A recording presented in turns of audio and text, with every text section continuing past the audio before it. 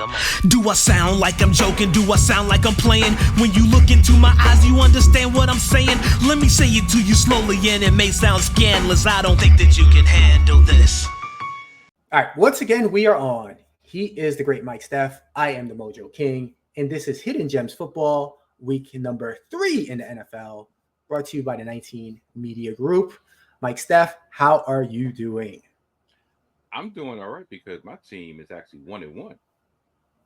I'm doing all right because I finally broke out the GI original classic shirt on Hidden Gems Football. And I'm doing all right because I'm that much closer to my vacation from my shoot job. So everything else is copacetic. I got to point out that I told you I was going to shave into the Jets one. I actually shaved on Saturday because I had faith in your team. All right, Mike Steph, what is your one big thing for the week? Well, my one big thing this week is the amount of struggling young quarterbacks. And yes, I know every quarterback that comes in the league can't take the league by storm like CJ Stroud, but I'm going to go over like 3 quarterbacks in rapid succession and my quick thoughts on them. First, Caleb Williams of Chicago Bears, the number 1 draft pick, the number 1 overall draft pick in this past year's NFL draft. Is Caleb Williams any good? Is he actually any good? Like, I'm not going to lie. Listen, college football is foreign to me. When they get to the league, that's when I start paying attention.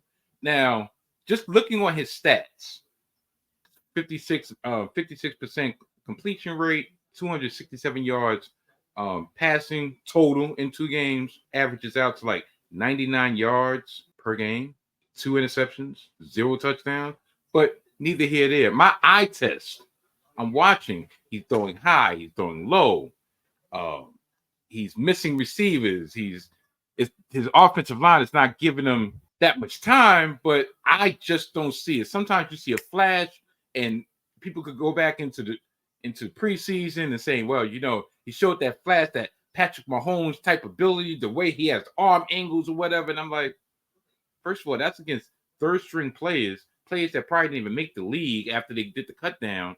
And, you know, everybody has a lucky throw. Look at Zach Wilson. Secondly, did the Broncos make a big mistake in drafting Bo Nix?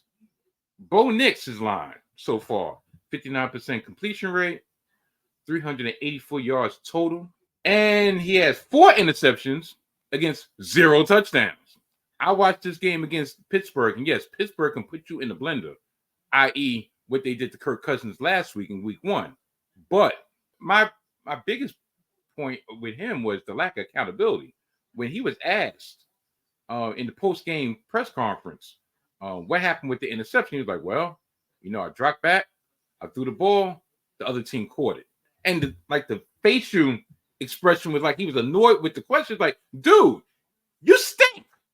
You stink. Like, take some accountability. That's not going to play well in a locker room full of veterans. It damn sure probably won't even play well with people on your level because they're probably like, well, if he stinks and I stink, i.e. Zach Wilson, why can't I get an opportunity? And Sean Payton, it makes you wonder, like, was it all Drew Brees? We had that same question when it came to Belichick. Was it all Tom Brady? Well, was it all Drew Brees? Because ever since he lost Drew Brees, it's been kind of downhill. And last but not least, Bryce Young of the Carolina Panthers. Was it too soon to pull the plug on the number 1 overall pick from last year, Bryce Young? He's gone through how many coaches? 3 coaches so far in less than a season. Look at this line. He's passing for 55%, 245 yards total in the first 2 games, 3 interceptions, 0 touchdowns, 102 yards per game passing. They benched him in favor of the Red Rifle, Andy Dalton. My thing is, Carolina is not going anywhere at all. So, what do you think he's so overwhelmed that he just needs to take a breather just to see it from a different vantage point? Or is this an admission of he's almost become a broken quarterback? I believe he can be salvageable, but he needs to get out of Carolina because right now Carolina is definitely throwing him up under the bus. So yeah, that's my one big thing. Quarterbacks who suck. Yeah. Caleb Williams in particular, he's looked horrendous, going back and looking at the full games. But I will say that his movement in the pockets looked pretty good, and his throwing on the run, you could see that he has a lead arm. Hopefully, he'll be able to turn it around in the next couple of weeks, but so far, not so good. All right, let's move on to Thursday night. We have the New England Patriots heading over to New Jersey to face Mike Steph's Jets. Both teams are 1-1. The Jets are 6.5-point favorites. Vegas puts the total at 37.5 points. That means, according to Vegas, the Patriots will score 15.75 points, while the Jets score 21.75 points. We're starting this podcast a little bit early, which makes the injury list a little funny, but this is what we have so far. Both center and left tackle of the Patriots offensive line are questionable. David Andrews, the center, with a hip injury. Left tackle, the veteran Lowe, with a knee. Linebacker Juwan Bentley has a torn pec and may miss the rest of the season. On the Jets side, they also lost a player most likely for the rest of the season, defensive lineman Jermaine Johnson. Meanwhile, linebacker C.J. Mosley, cornerbacks Michael Carter and DJ Reed are questionable, but seem likely to play Thursday. Mike, Steph, what do you think about this game? Do your Jets have what it takes? I was looking at this game on the slate for this week, and I'm like, oh, wow. My Jets are on the slate. My Jets are going to be a premier game once again for our topics for Hidden Gems football. So I know a lot of people, especially when I looked over the tape from the first episode, that some people think I'm predictable. Some people know exactly what they're going to get from me. So guess what? When y'all think y'all know all the answers, guess what? Mike Steph changes the questions. So I will start with the New England Patriots. The New England Patriots were 58 seconds away from being 2-0 and facing my Jets in a Thursday night matchup on the road. They played the Seattle Seahawks tough and forced those teams. Even though they eventually lost, I believe that in the first 2 weeks, they've established a template of what team they're going to be. Ball control, ground and pound, and play damn good defense. Yeah, I know it's a small sample size, but they're averaging 177 yards per game on the ground. As I said in our preview, they have one weapon on the offensive side of the ball, and that's Ramon Stevenson. 200 yards rushing in the first 2 games of the season so far. They're second in the league in time of possession as well, which does not bode well for my New York Jets. This is a young and hungry, tough team. It shouldn't be underestimated. So far so good with the beginning of the Gerard Mayo era. Now, going to my beloved Jets, after a very underwhelming week 1 loss versus the San Francisco 49ers in Dubai, they got a much-needed win against the Tennessee Titans this week.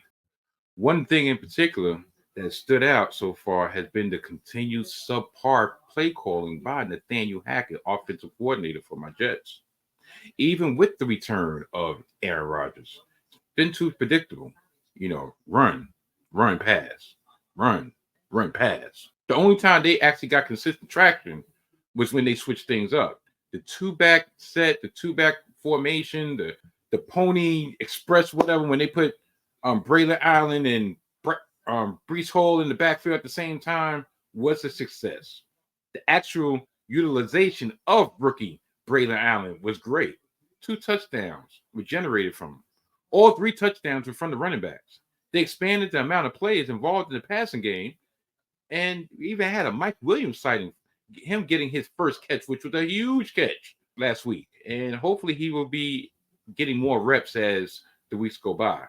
Just so I can be unbiased, which I think I've been, I'll give you these 2 stats that are worrisome. They're only averaging 274 yards per game in total offense.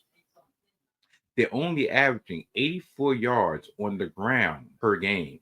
But on the bright side, they are converting at a 50% clip on 3rd down, which if anybody knows the struggles of this team, especially under the Robert Saleh era, has been third down conversions. We've been putrid. So for them to be at a 50% clip, bravo, bravo, bravo. So it's definitely a plus.